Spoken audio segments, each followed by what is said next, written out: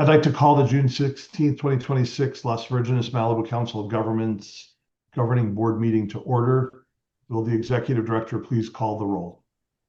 Aniko Gold. Here. Marianne Riggins. Penny Sylvester. Here. Alicia or David, not present. President Pearl. Here. We have a quorum.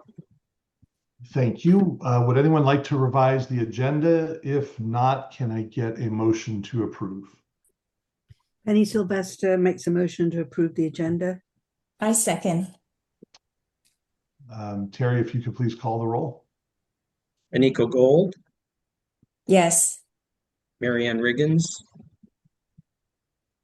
Marianne, you're on mute, just so you know. Penny Sylvester. Yes. President Pearl. Yes.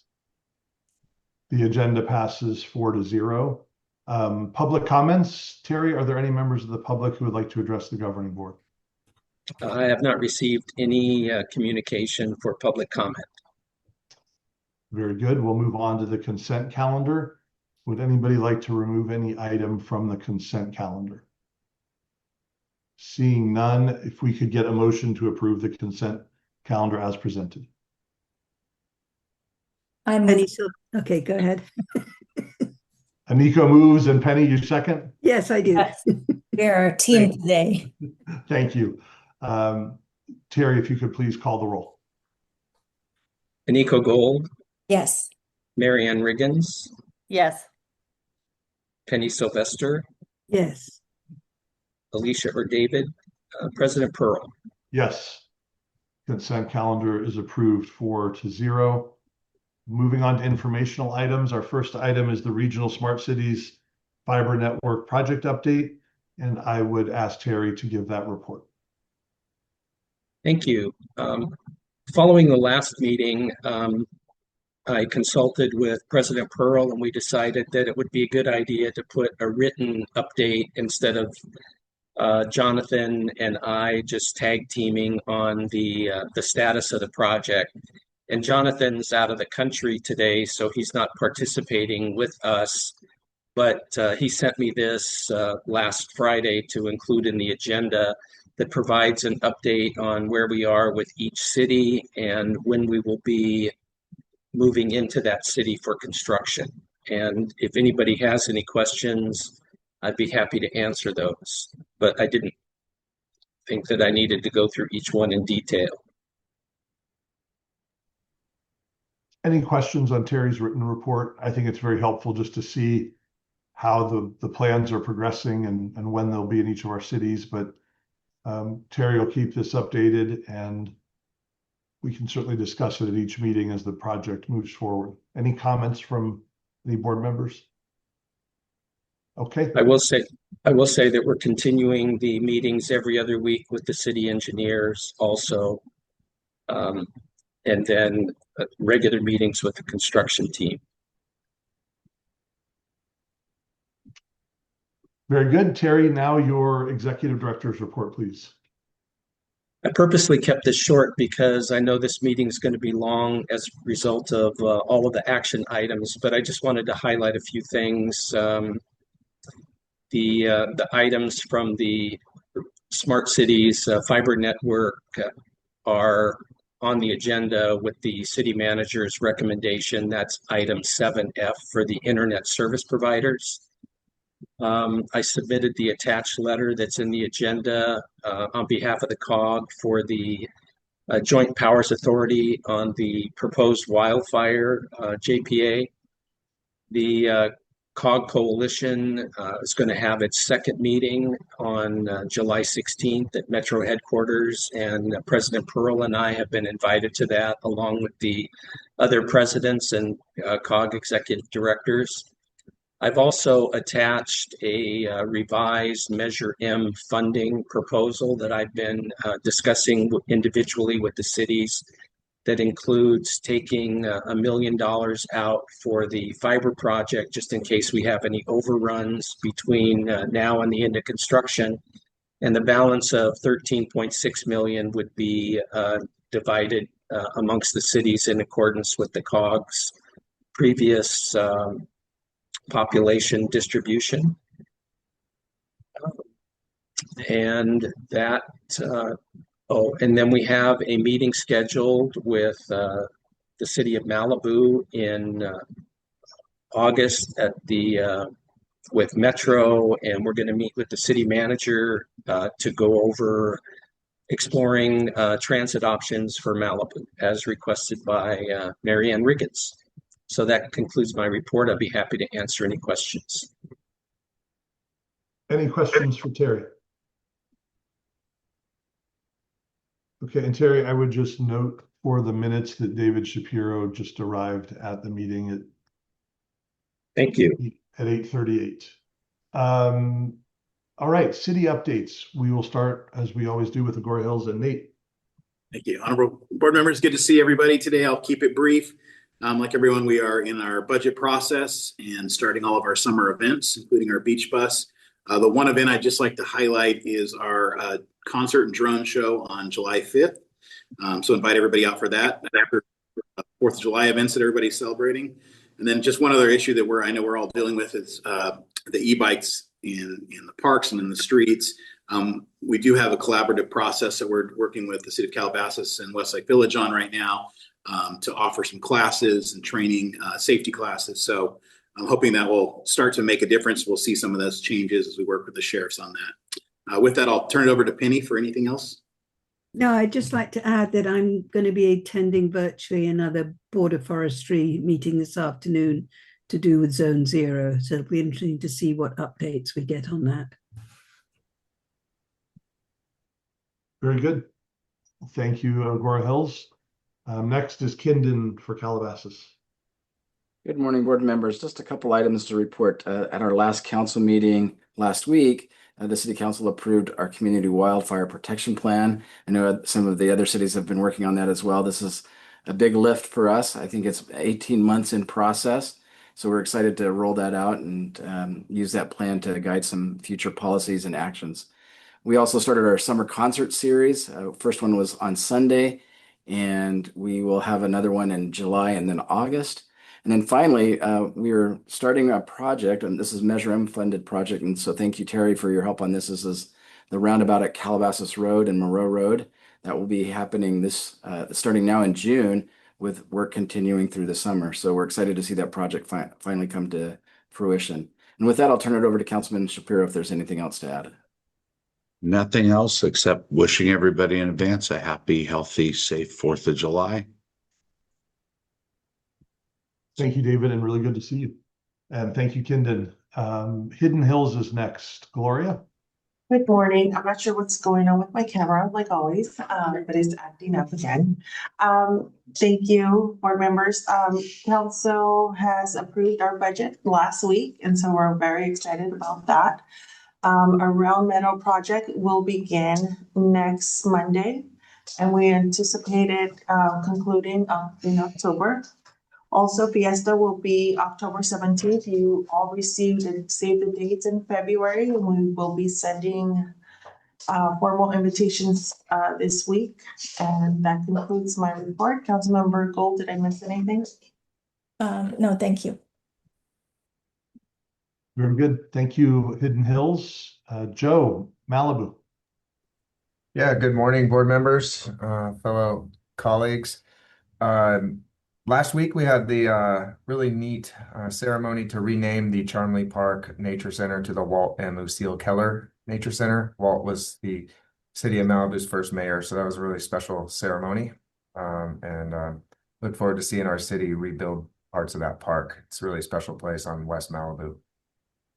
We have several senior leadership recruitments going underway, and some of your fellow city managers here have generously offered up professional staff and perhaps themselves to help be a peer review body on our interview panel. So really appreciate the partnership that the fellow city managers are offering me as we continue to rebuild our Malibu team. Our rebuilding process, speaking of that, you all hear about permitting and what's going on with that. But the last 2 weeks, we've issued 16 new residential building permits, which is really great for rebuilds.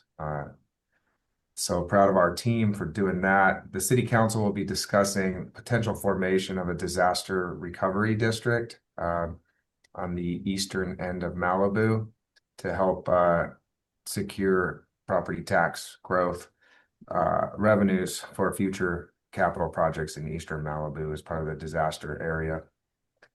And many of you have probably had the privilege to meet or work with Rob DeBow, our assistant city manager over the last 17 years. He's retiring the end of this month. And on June 22nd, our city council, there'll be a presentation recognizing his service. He's been a great partner to have at my hip as I onboarded here the last 3 or 4 months, but really welcome anyone to come and pay tribute to Rob. And finally, our ribbon cutting and skate jam is this Saturday at Malibu Bluffs Park, our new skate park, from 1 p.m. to 4 p.m. So with that, I will turn it over to Mary Ann if there's anything else that I missed or she wants to add. No, thank you very much. The only things I will add is that, summer's here. Zuma is having some entrance issues. So right now we only have one entrance into Zuma Beach. So it gets very congested. So if you can just warn your residents if they're coming over to the beach, maybe plan a little extra time and pack some patience with them. And we have a new Greek restaurant that has opened down across. It's actually our old KFC. So if everybody knows that KFC bucket, it's been repainted now for a Greek restaurant. And Trancas Market area, they have their Friday concerts that have started up again. Really great local music generally is being played there on their lawn. Bring a picnic dinner and enjoying some music. Again, come early because parking is limited, and we just hope everybody's having a great summer and look forward to safe travels for everyone. Thanks, Joe and Mary Ann. Next up, Westlake Village and Rob DeGhost. Good morning, everyone. Good to see you.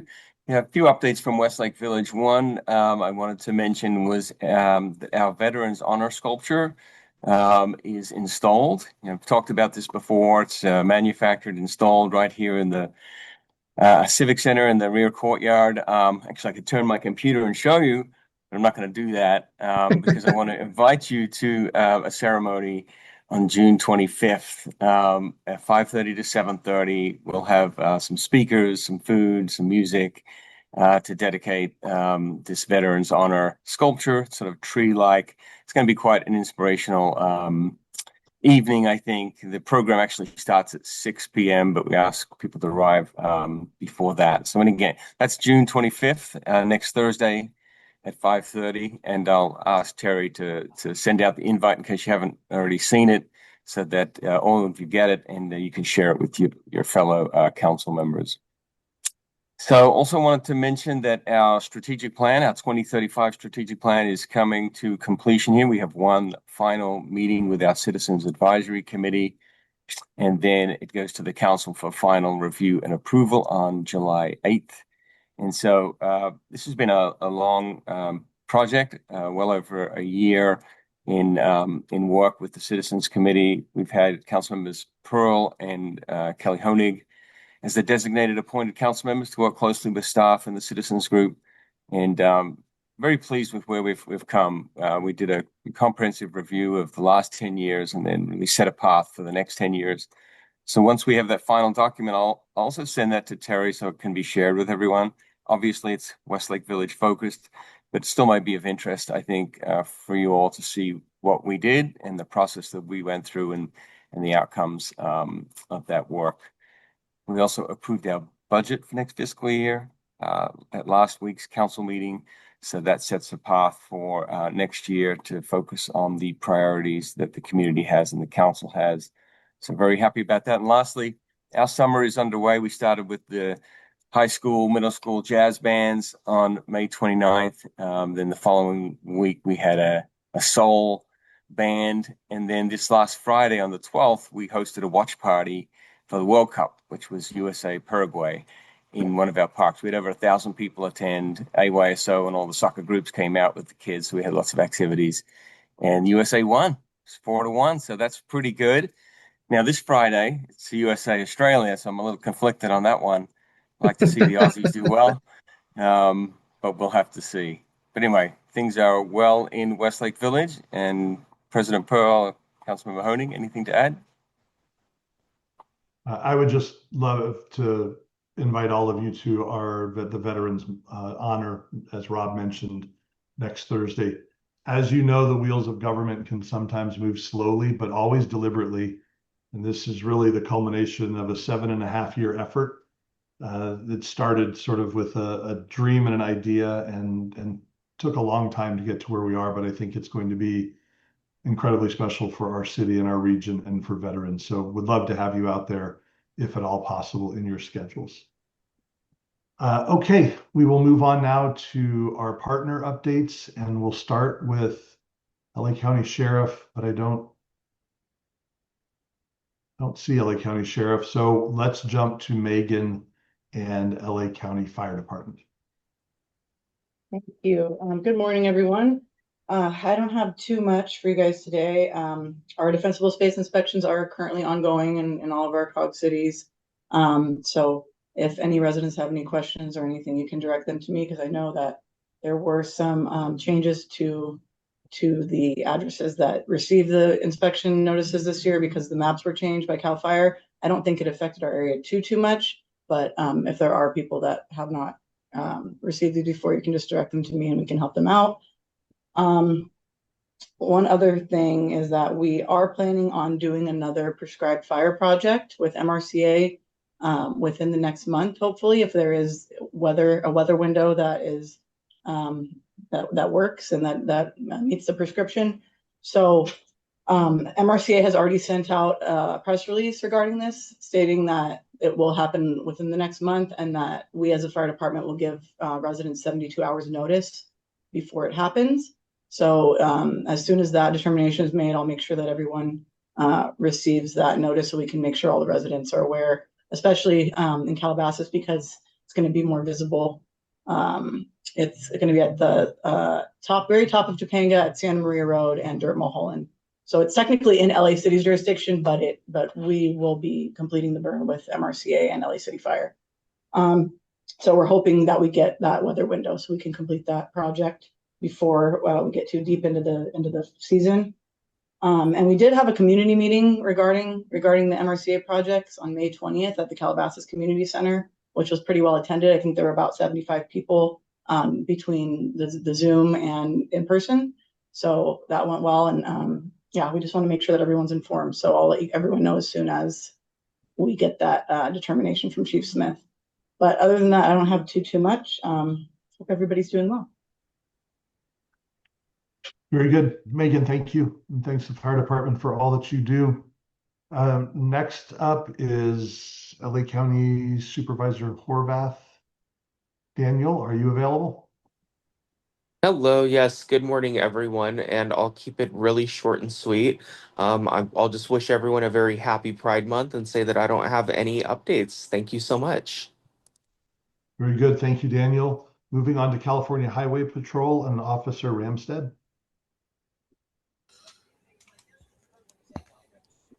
Hi, Officer Ramstead here. I might be a little weird. The internet's not working real well over at the office right now. Doing our normal monthly report. Crashes were at 32 in the reported area, down from 35 year over year. So 3, it's still good. It's about 10% drop. We're still working heavily on the Malibu task force. The numbers are in. We've got over 3,400 sites from 10/17/23 when we started the Malibu contract to now we're at 3,400 speeding tickets alone. There's other tickets. Overall, it's a total of 7,178 citations at this time. But the main focus that I'd like to focus on is the 3,400 just for speeding. With the cameras, I don't know when the cameras go into effect and everything, but maybe that'll finally get some people to slow down. Out of the 2 crashes, the 2 notable ones that a lot of people have asked about, that there's about a lot of information kind of going around. was the two fatals near Mulholland and PCH. Both of them were pedestrians at the time, meaning there was someone outside of their car walking, whether it be in lanes on the right shoulder. All that's part of the investigation. The identities and all that information has been released of the people involved. There's speculation and backstory, but no confirmation on exact reasoning in the people's heads of what was going on. So we can only speculate. But those are the two that we had down in the area that were the fatal collisions. And I think that's about it, unless there's any questions. Any questions? Very good. Thank you very much for your report. Jeff, Cal Cities. Yes, good morning, everyone. Good to see you all. I wanted to just highlight, I put a link to my report with the links restored in the chat for you. Just to highlight a few things quickly. I want to make sure everyone is aware the annual conference, September 23rd and 25th, has opened for registration. If you intend to get a hotel down there in Anaheim, where I will be for the first time in many, many years, I would certainly suggest making those reservations as soon as possible. Anaheim has a lot more hotel space than many of the locations we've been over the years. But if you want to be in the host hotel or a little bit closer to our conference center, please do make those reservations soon. For those of you who are on our policy committees, 3 of our policy committees took a look at the CEQA ballot measure, or BACA. It's called the Building an Affordable California Act. All 3 of those did vote to recommend an opposed position to our board of directors. Our board of directors will be taking a look at that when they meet in Redondo Beach on July 16 and 17. The simple majority in the policy committees get you an opposed recommendation, but the board would need to reach a 2/3 vote. So there was some mixed opinions in the policy committees, but it was fairly overwhelmingly in opposition. So we'll see if those environmental concerns, the tight timelines, and then the lack of an opt-in for cities, if that affects and continues forward and moves to an opposed position officially for the ballot. Finally, just talking about the budget was passed yesterday. This was the main budget bill. There's still a lot of budget trailer bills that are going to be coming. Those seem to be a little bit later this year, like they were last year. The big top line story, however, $900 million in HAP dollars. Those are the homelessness and housing dollars that go to the big 14 cities around the state. That's good news. The governor had recommended to the budget to put that to $500 million. So we were able to restore the $400 additional million from the legislature. And then, of course, Proposition 50, there's $50 million in the budget. We're not exactly sure what this will be going to. They didn't release any details. That will come out in the trailer bill. But at least there is some money there to implement Proposition 36. Yeah, I shouldn't have said Prop 36, not Prop 50, excuse me. And that's all I have unless there's questions. Any questions for Jeff? Jeff, also just want to thank Cal Cities on the work that you all did on 1768 that was dealing with the sales tax increase that, as far as I'm concerned, unfortunately passed narrowly in the session, but appreciate the partnership with Cal Cities to try to take another swing at that. And it didn't work, but we appreciate the effort. Yeah, and I really want to thank Kendon, who really helped lead the charge with the city managers around the county and helped put a lot of that opposition together. So thank you very much to Kendon as well. Very good. Any updates from our other legislative staff and agency partners who are on today? Does anybody want to provide one? Good morning, everybody. I'm going to go real quick and leave my camera off because you're going through this meeting so fast. I am not camera ready yet. Usually by my report, I have my makeup on. But we have 14 bills that are still going through the system. All of our bills are out of the House of Origin. We are doing a sidewalk session in Agoura with Mayor Wolf. That will be July 11th. Ray Jackie will be at the veterans event. Oh, that's Nancy, that's great news. Thank you. Yes, of course. We And can I work with RSVP you. She's to going to the- have a speaking role, so let's make sure that we work on that. Okay, deal. And that's about it for right now. Things are going on. Budget bill is late night. And I want to say one last thing that I wish I had more time in my schedule because your cities all sound so fun. A bazillion concerts, stuff going on. So thanks for being neighbors. Thank you, Nancy. Stephanie. Good morning, everyone. I also concur. There's so many wonderful things going on, and I was really honored to be a part of the Agoura Hills and the Malibu evacuation and emergency response plans. Also, glad to hear that there's lots of watch parties. If you wouldn't mind having your city manager shoot me an email with the different watch parties you have planned over the next few weeks, I'll work to ensure that if there's any planned outages, that those are moved. And then I did drop in the chat, there is a Wildfire Victims First Coalition. And as coalition work goes, it's, bringing parties who are involved in a particular topic together. So when legislation comes out, those folks can all hear about it, weigh in on it, and hope that the best legislation comes forth at the end of the year through the legislature.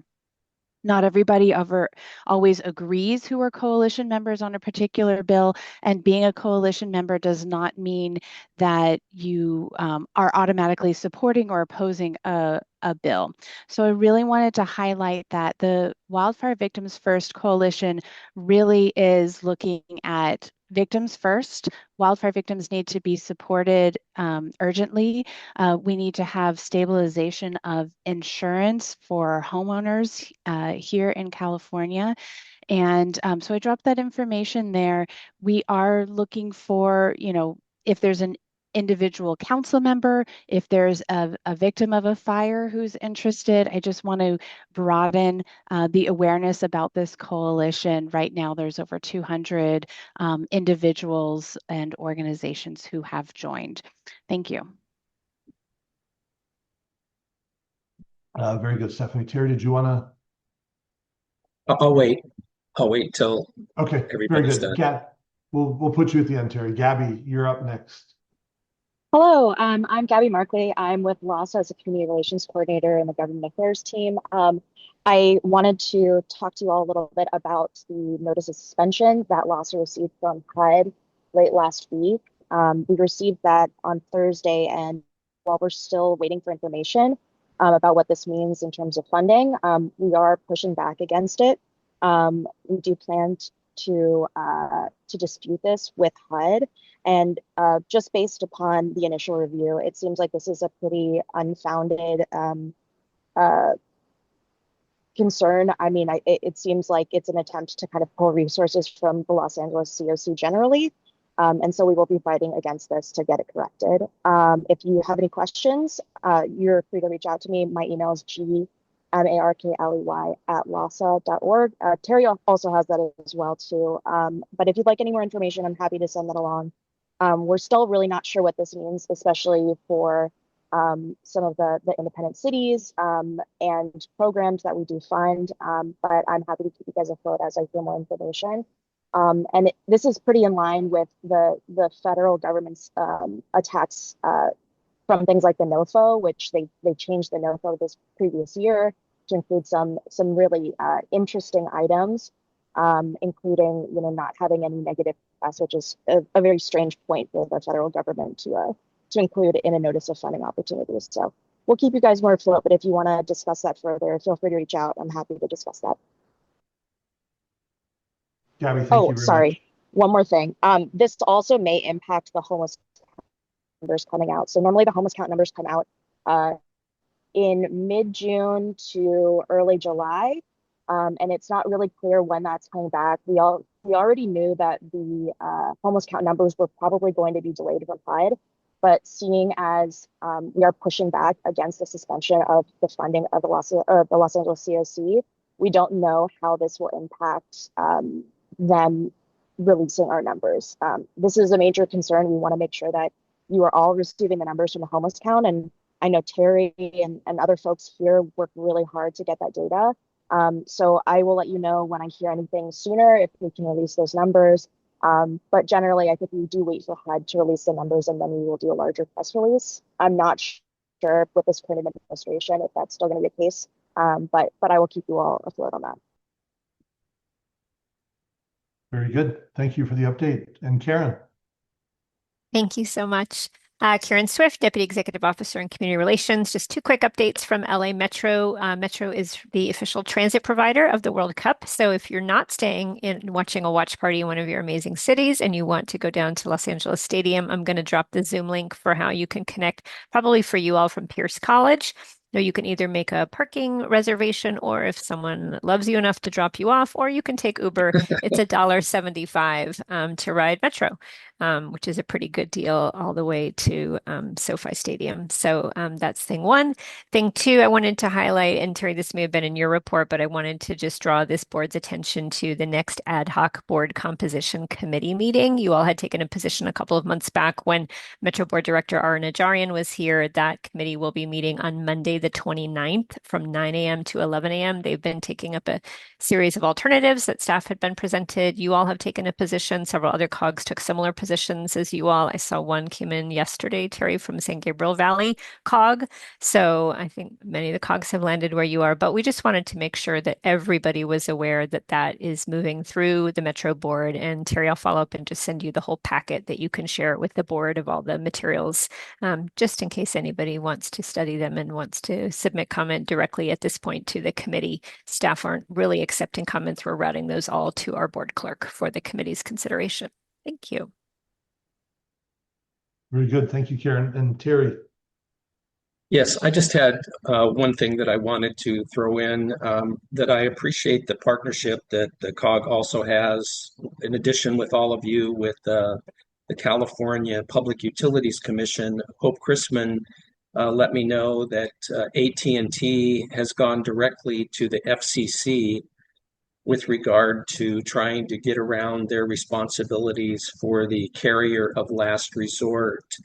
And based upon a conversation that I had with President Pearl that was in line with the previous position that the COG has taken on that issue at the state level, I drafted a letter for President Pearl's signature that we're forwarding to the FCC. So I just wanted to point that out and appreciate that effort by Hope.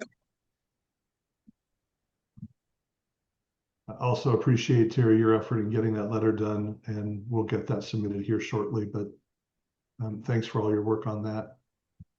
Any final comments before we move on to our action items? Okay, we'll move on. We've got 6 action items today. It's a lot of the business of the COG versus all of the exciting updates we have, but these are the items that Terry works the hardest on. We appreciate his efforts, and also these are the things that make the COG work. So we're going to start with our 2026-27 budget, and I will turn it over to Terry for his report. Thank you, Ray. I'd quickly like to highlight the budget and note some changes that I made in this year's budget. Previously, I have not included the county's homeless grant funds in our budget, but since they do come through our financial department in Agoura Hills, I thought that it was important to show how it came in and how it came out. So as a result of that, I've put it all together for all of you to see with the, the city dues. The revenue sources for the COG are city dues, which is currently at $25,000. It has been for some time. The COG receives compensation in an administrative way from facilitating the contract for the Metro Board Deputy. We also receive Metro planning funds, and those are with regard to the time that I spend in working with all of the COG cities and with Metro on our Measure M projects, that's estimated to be $90,000. And then the COG's homeless grant, which is $618,000. So our total revenue is slightly over $1 million, and our expenditures are slightly under $1 million, with the proposed increases for my contract, the board deputies contract that's provided by Metro, the homeless outreach coordinator, and the other. There's no increase for our homeless support, but we are adding additional beds that I'll report on later in the homeless budget. But the COG budget is balanced and in good shape. And if anybody has any specific questions, I'd be happy to answer them. I also, let's see, I want to point out this is a bit of a point of confusion as to why the COG pays the Metro Board Deputy. Why do we facilitate that contract? And just to quickly recap, back in the day when this first started, it was a result of board deputies who worked for Metro and then retired and then continued working. They could not be paid by a by a PERS agency. And so since the COG is not a PERS agency, we were requested to be the facilitator for that contract. So it's basically just a pass-through in order to accommodate the Metro Board Deputy, and the COG receives a 4% admin fee for facilitating that. But happy to answer any questions with regard to the budget. So board members, any questions of anything in the budget that you'd like to go over? Aniko. Yeah, I have a couple questions. Thank you Please so go much, ahead. Gary. So, I have a couple concerns about documenting, funding, and auditing this budget. And let me just walk through. There's some math discrepancies in this budget. Like, let's start with the projected expenses.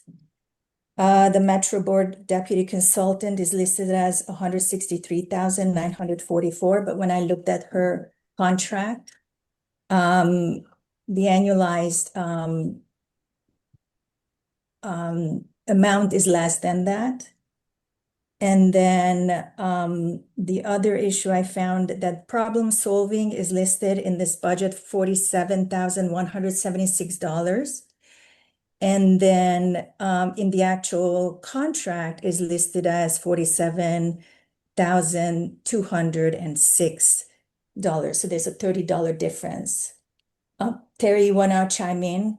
So as I go through my questions. Sure, I'm happy to. I'll make that change. I didn't catch that, but with regard to the discrepancy in the board deputy consultant contract, the amount of the contract is $170,775. The amount that the COG will be paying the Metro Board Deputy Consultant is $163,944. And the difference is the 6,000 and some change is the 4% administrative fee that the COG receives for facilitating the contract. Okay, so let me just look at the consultant contract here for Vivian.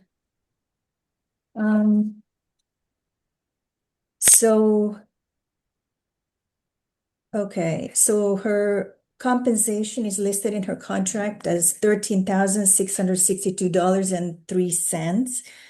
And I don't know if we're just multiplying that by 12, because if we do that, then that's less than the $163,944 that we're going to pay her.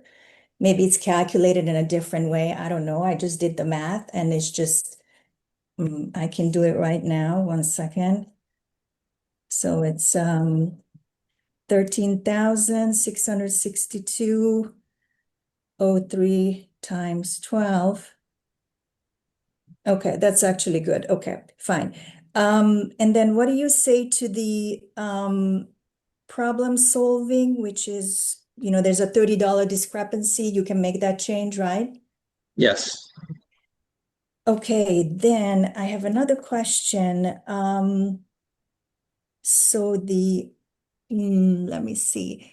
Number 4 explanation of the budget, which says shelter lease beds, 7 reserve beds at an estimate rate of $116 per night times 365 days. Now I did that math and that comes out to $296,380. And in the budget, it's listed as $256,960, which is a $39,420 gap. So it's more than what we have in the budget. Okay. So what, that was a question I had. Okay, I'll clarify that. Okay. Yeah, and again, it's in the contract, we have $256,960 listed, but in your explanation, which says seven nights or 7 beds per $116, 365 days, that comes out almost $40,000 more. So maybe we need more in that contract, or we have to revise this explanation. Then I have a couple other things that I wanted to ask. On agenda item 7D, maybe I'm not going to get ahead of that. I'll just say it when we get there. Okay. And then I wanted to mention that your executive director compensation with the cell phone allowance is 5.58% increase. And what I'd like to draw the attention to here is that there are 2 funding sources identified in this budget to fund your compensation. One is the city dues that totals $125,000, and the other one is the Metro Measure and Planning reimbursement, which decreased by $5,000 from last year's budget. And so the total identified general funding or funding that we can use for your compensation totals to $215,000. And that means that with this proposed raise, there would be $3,147 that we would have to cover from something. And I'd like to find out where that $3,147 is coming from, because it's not listed in the budget document.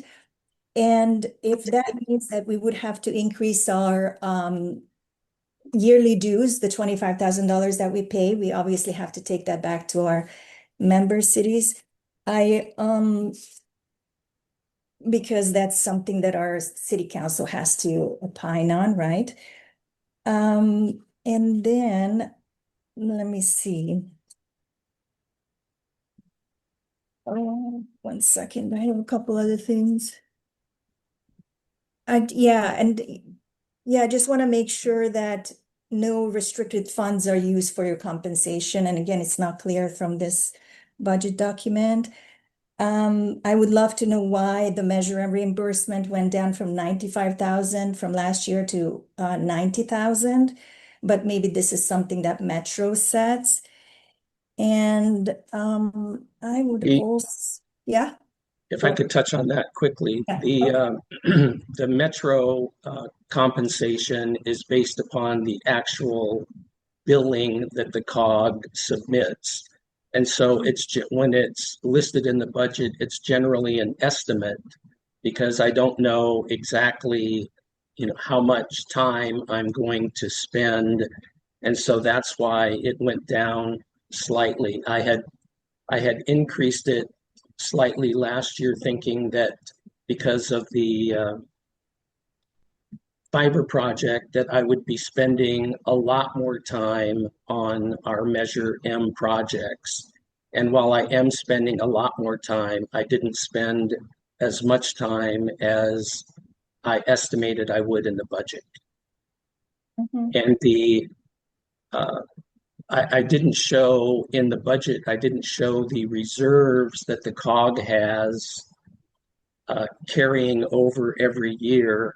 And so any shortfall would be covered by the reserve that the COG has. Okay, so that kind of leads naturally into my next question.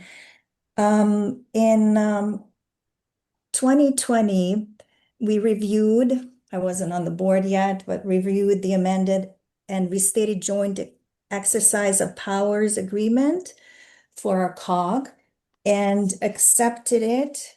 And there was an independent audit clause, basically said the treasurer and auditor shall annually cause an independent audit to be made by a certified accountant. I'm not aware of that audit being performed. And I think it would be in our best interest to comply with that a JPI language that we accepted for our COG. The city of Agoura Hills gets audited, and the city of Agoura Hills provides the financial assistance for the COG. Yeah, I understand they are the treasurer, but there's like they can be the auditor. I understand that too, but do they give you or give us an audit? Because I have not seen one since I've been on the board. No, they don't give us a copy of one. Well, we should get a copy. Absolutely. So that's a request of mine because that's important to see. And let me see. Yeah. So yeah, I would like to see the independent audits for last year and this year, or this fiscal year ending. And then want to find out about where the budget gap is coming from, the $3,047 for your compensation. And then make those changes, please, that I suggested. And then I would love to see like what kind of fund balances we have, what unrestricted fund balances, restricted fund balances. That would be nice to see so we know where we are with the Measure M funding or other funding and where we are with our general funding. What do you mean with regard to Measure M funding? You want to see the fund balance? I don't understand. Well, like it's just an example because later down down on this agenda, there is an item that I flagged where, hold on.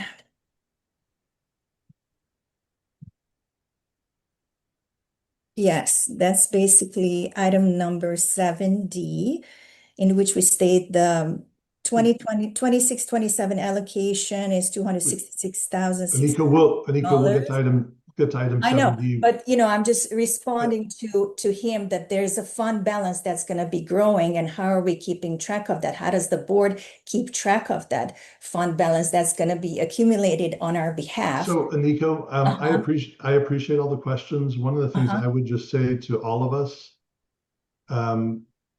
these are all concerns that we could spend hours going over, and I'm sure Terry, in a meeting before this or after this, can walk through the level of detail that you're interested in. I want to, Marianne, I see that you've raised your hand, and then Terry, if you can respond, I would appreciate it as well. But the first thing that I'd like to point out, if I would just like to draw Aniko's attention back to the financial report. In the COG's financial report, you can see the beginning balance and the ending balance of $79,000 that the COG is carrying, which is a reserve. So I'm just looking to find out what additional info. I would be happy at your Not an direction. audit. That's a running ledger, right? But that's not an audit. So I I understand. didn't say it was, no, I didn't say it was an audit. I said that it was the balance. It was the reserve that the COG has. So And Terry, then, but it's Terry, not I'm broken gonna down Terry, by I'm fund. gonna ask that these. Uh-huh. Mary Ann, you have the floor. Thanks. I was just going to suggest, do we have to adopt this budget at this meeting, or is this something we can carry over to the July meeting? Or are we dark in July? I'm sorry. We have to, I'm sorry, but we have to, some form of it. And I do have some comments about how we could maybe proceed without not having a budget. But Terry, go ahead if you have a better solution, or should I go next? No, I take the direction from the board. So Ray, I was just going to suggest if we can table this, and then perhaps we can form two members of the board to work a little bit more in depth with Terry and flesh out these questions. If there's a majority of those that want to do that. I think it is important that we do have a deep dive into all our financials and make sure that everything is meeting our statutory requirements. So in the interest of time, if there's something we can do to take care of things for this month, and then have either an ad hoc or others work to present a more in-depth financial report to answer any questions that the members may have, I think would be a good possibility. Yeah, that's fine with me. It would have been nice to receive these questions in advance of the meeting so I could have addressed them and included them for the rest of the governing board members to also consider. But since that wasn't the case, we'll move forward this way.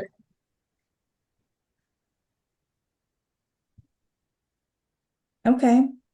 Should we go? I mean, No, as a matter of fact, I'm gonna, Aniko, this should have been done in advance. Terry, I appreciate. I got the, when did we get the agenda? Saturday night. So Aniko, this could have been done. Yes. This could have been done. Terry, if you could mute Aniko, I'd appreciate it. I don't want to talk over anybody. If you could have done this in advance, I would have really appreciated it. And what this is sought to do is derail the meeting in a way that didn't have to be derailed. So I look to Terry's job here is to take feedback. We've received Aniko's. I'm willing, and I noticed David Shapiro has dropped off. So I am more than willing to do, Terry, what we need, the minimum to get a budget in place so that we can continue to spend dollars, basically with the large numbers that you have delineated.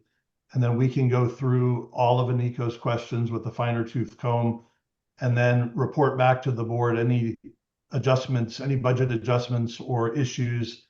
Mary Ann, your suggestion of a couple of board members working with Terry is fine with me. But I do think, and Terry, you've got to correct me if I'm wrong, I do think we need to have a budget adopted before the end of June. So would prefer that we do something at a high level and then a report back to the board at our July meeting, answering any other outstanding questions that we might have. You could approve the budget without any increase, and then you could look at that next month. I'd also like to ask Nate if he could comment on the audit. Yeah, very briefly, the audit is done with our general fund audit as every year as a special fund, and the city, because it's separated from our general fund. So I can provide all of that information. It is included in our, like I said, our general audit that we do annually every year, and I would be glad to share that with Terry, and then he can distribute that to the board.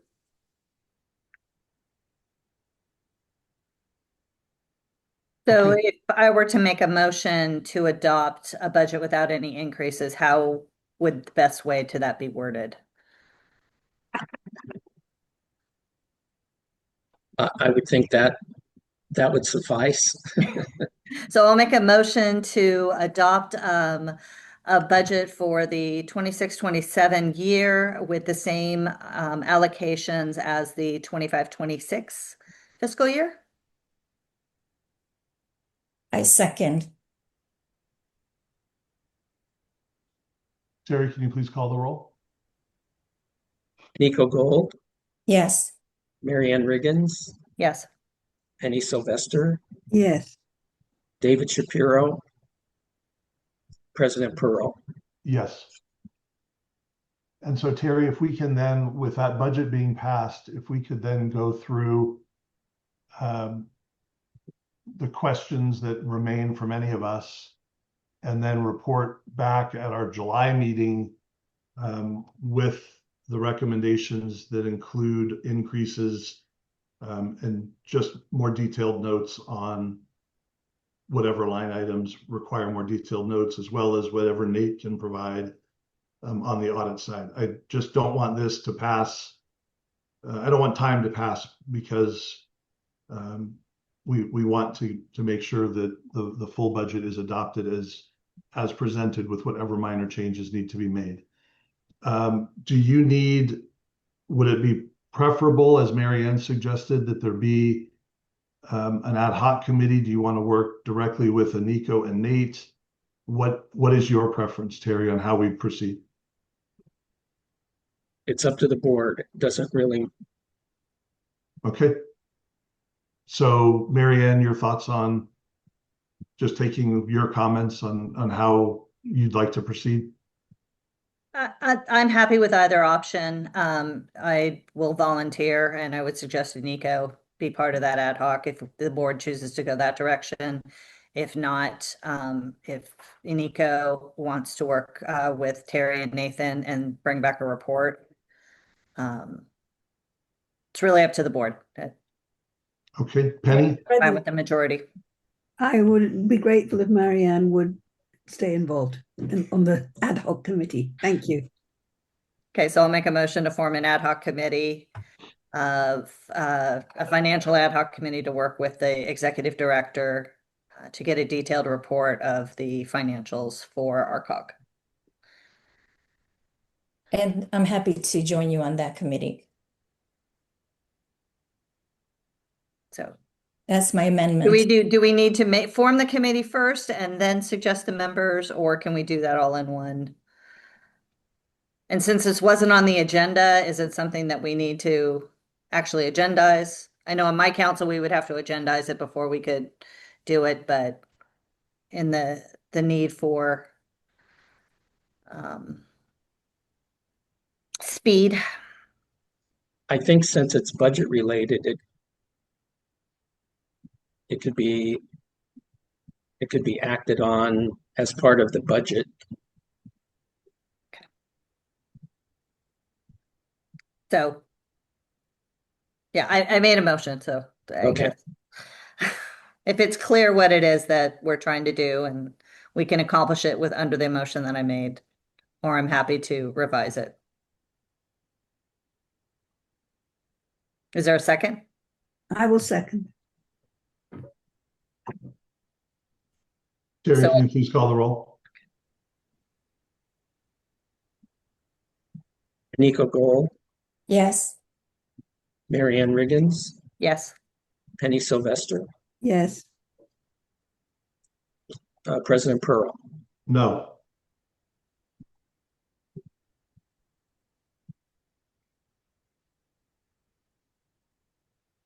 That passes 3-1. Okay, Terry, can we move on to item 7B and the LA County Homeless Grant?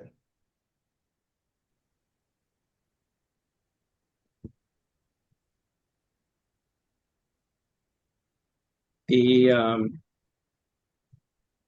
included in the agenda is the 26-27 Los Angeles County funding statement for the statement of work and the budget as I mentioned, the total amount that the COG is receiving from LA County is $618,094, and the allocation are for the we're leasing 11 beds with the people concern.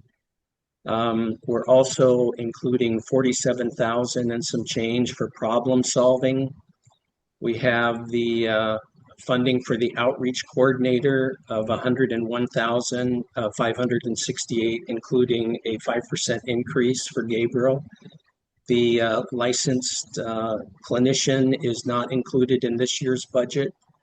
And then the administrative assistant at 36,000 continues. There's no increase there. And as all of you know, the COG funds from the county go for Gabriel, the administrative support, the beds, and some problem solving additional funding that allows Gabriel to work with unhoused individuals and provide resources for them to assist with car repair and other minor expenditures. So that concludes my report.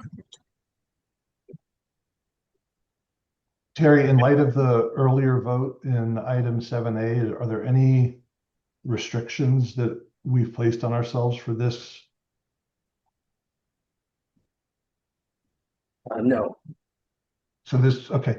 I'll open it up then to comments from the board. I have a couple comments. So item 1A on page 34, interim housing acquisition, leased beds. It's described as 7 reserve beds at the estimated rate of $116 a night times 365.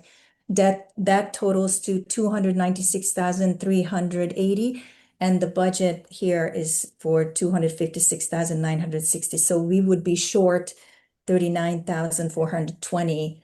And I guess either the explanation has to be revised, the 7 beds at the rate of $116 times 365.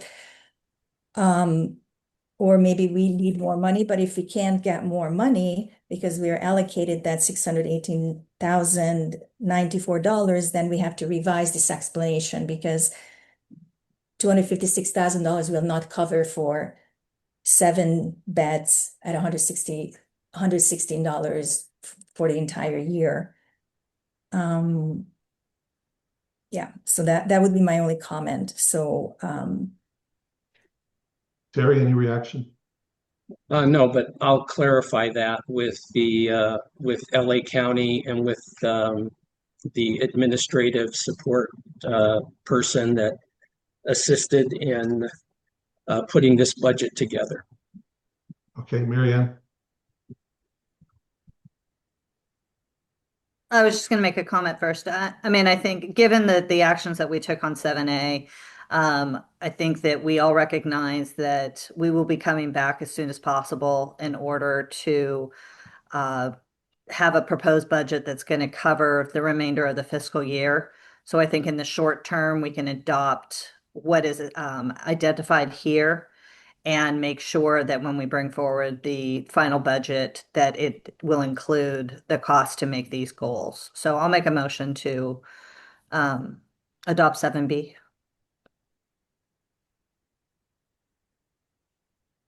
Is there a second? I will second. Okay, with a motion and second, and Marianne, you took the words out of my mouth. I think with what we're doing in 7A, if there are any budget adjustments that need to be made, we will bring those back in July on any of the items that follow. So I'm going to be supporting your motion, so I appreciate the way you've described that. So any other discussion on 7B?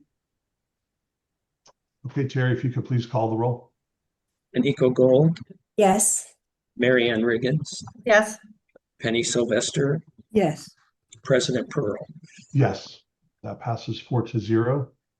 Next is the LA County Affordable Housing Solutions Agency Renter Assistance Eviction Protection Budget. Terry, if you could please give your report. Yes, as the governing board will recall from the presentations that La Casa made to us last fall, there was a decision by the board to move forward with allowing La Casa to administer the COG's rental assistance and eviction protection funds in order to allocate the most funds for the goal of that rental assistance and eviction protection, rather than the COG standing up a program and having to administer it that would take funds away from the bottom line. In addition, if a city were to administer the program, then the city would obviously have to be paid. And it was the decision of the board at the time that we would move forward to have La Casa administer the funds. And the amount is $173,321 that La Casa will administer, and then provide quarterly reports to the governing board as to how those funds have been allocated. So I would recommend approving the rental assistance and eviction protection budget as proposed, as outlined in the La Casa budget. Very good. Comments, questions for Terry on this item?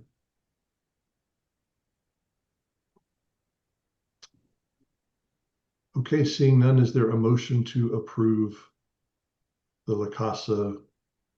I make a motion to approve. I'll second. There's a first and a second. Any discussion? Terry, if you could please call the roll. Aniko Gold, Yes. Marianne Riggins, Yes. Penny Sylvester, Yes. President Pearl. Yes, that passes 4-0. Item 7D is the LA County Affordable Housing Solutions Agency Affordable Housing Funds. Terry, if you could please give your report. Yes, and this is also a similar proposal, except the $266,695 that the COG is eligible to receive for 26-27. What La Casa is recommending, and what I would support and recommend to the board, is that we continue to allow these funds to accrue every year until they're at an amount where we can work with La Casa to find a developer that can build an affordable housing project or units that would meet the La Casa requirements for the Affordable Housing Production, Preservation, and Ownership Program. And in addition, that would be at a suitable location in one of our cities.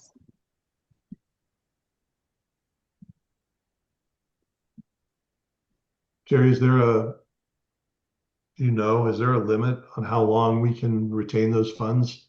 It's a great strategy. Do you know on the outskirts how far we have to work with those dollars? As of right now, there's no limit. Okay. So we can accrue them. Questions for Terry? Comments? I have a couple questions. Terry, who's gonna keep this money? And is it with La Casa? Okay. And is it going to incur interest, or they're just holding on to it? I would imagine that they're just holding on to. I honestly don't know that answer. Okay. And then can we please get a reporting on this at least once a year, so we know how much money is in that account or how much they are holding for us.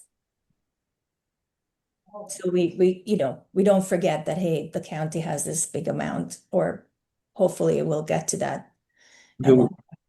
You'll receive a document that looks just like this every year that would show the increase. Okay. Sounds great.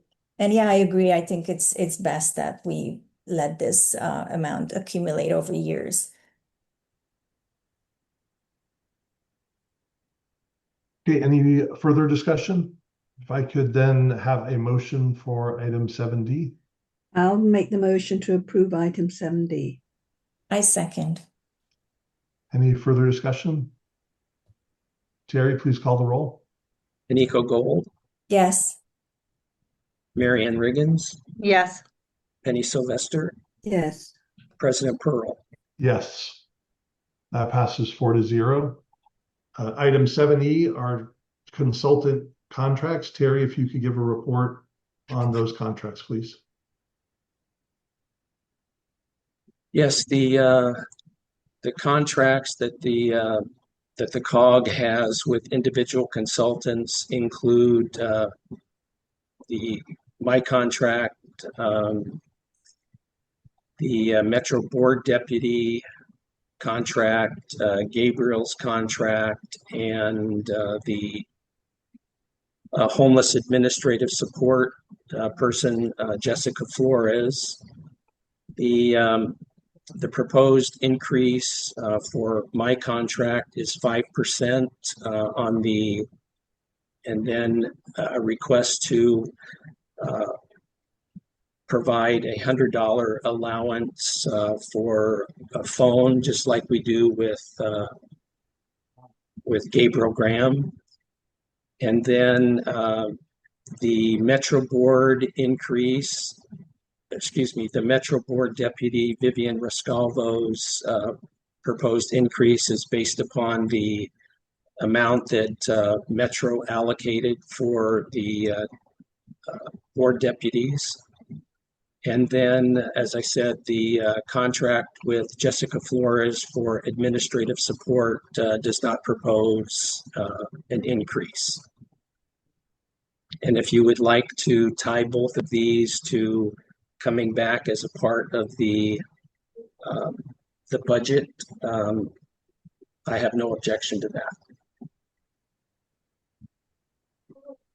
Terry, thank you. How would the board like to handle the contracts?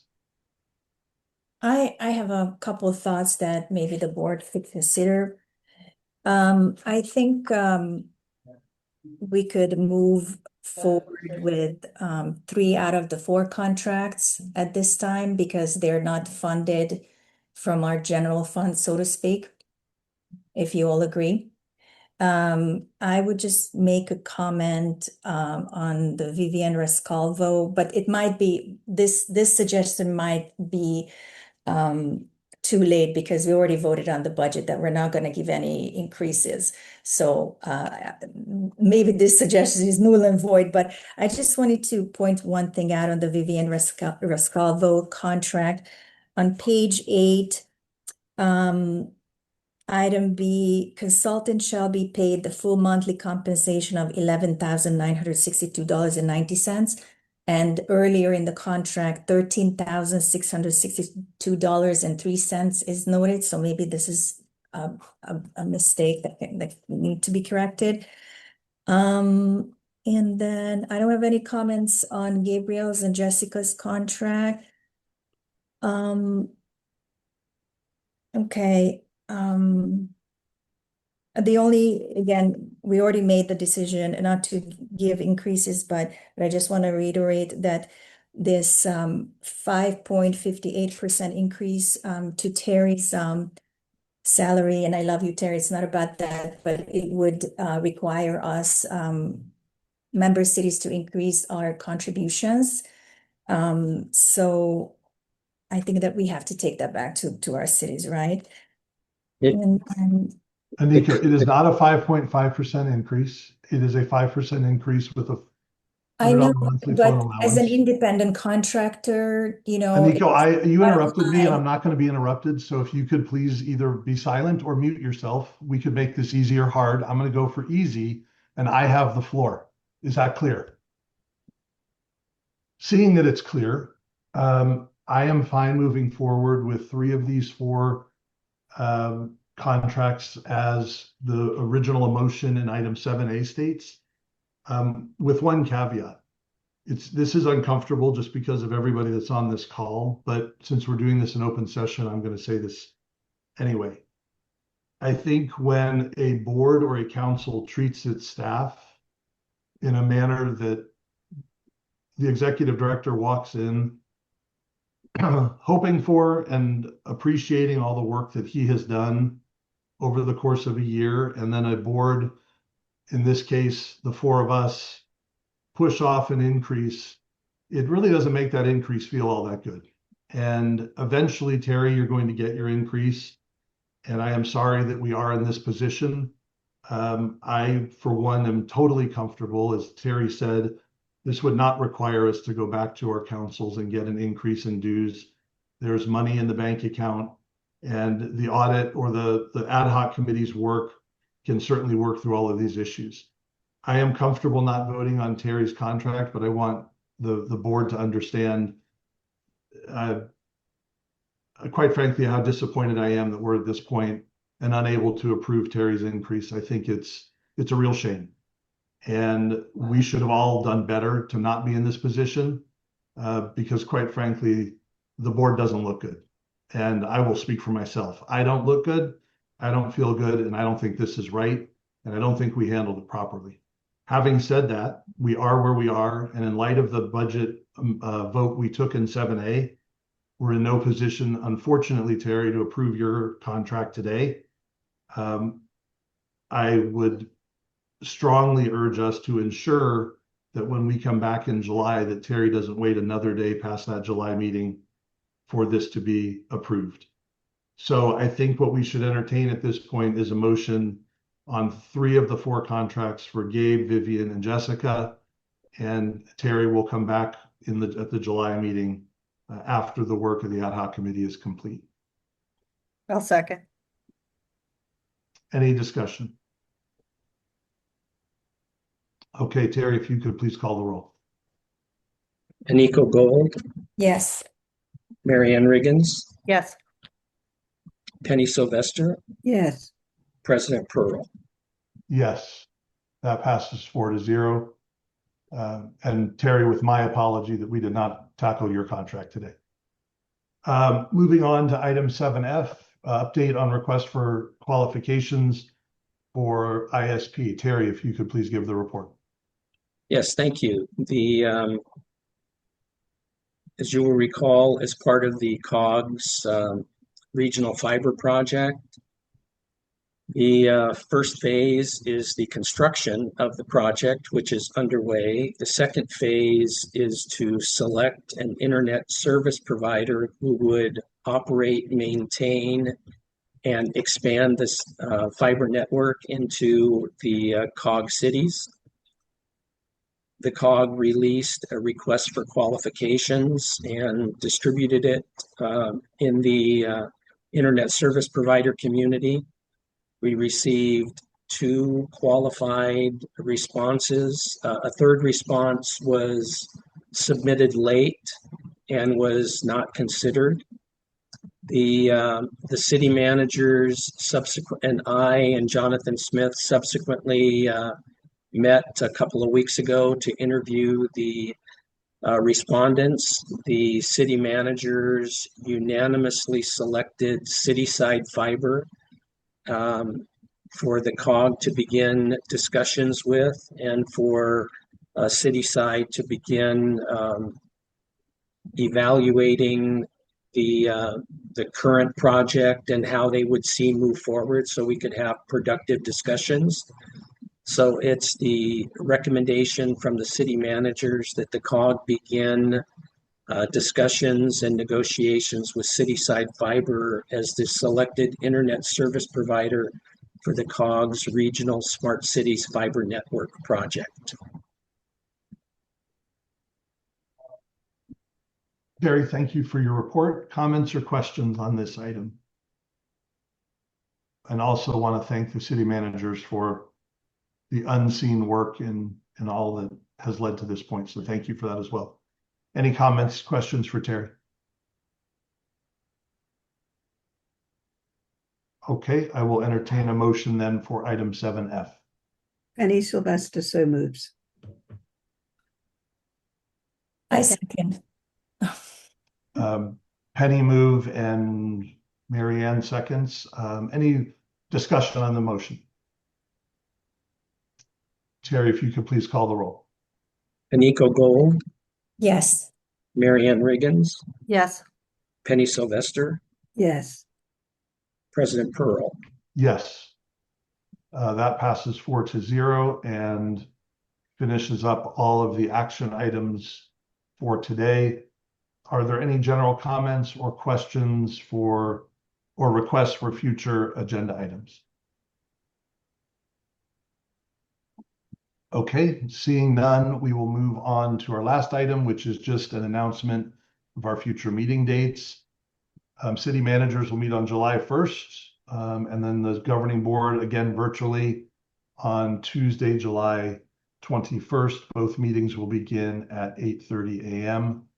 And with no further business, our meeting today is adjourned. Thank you.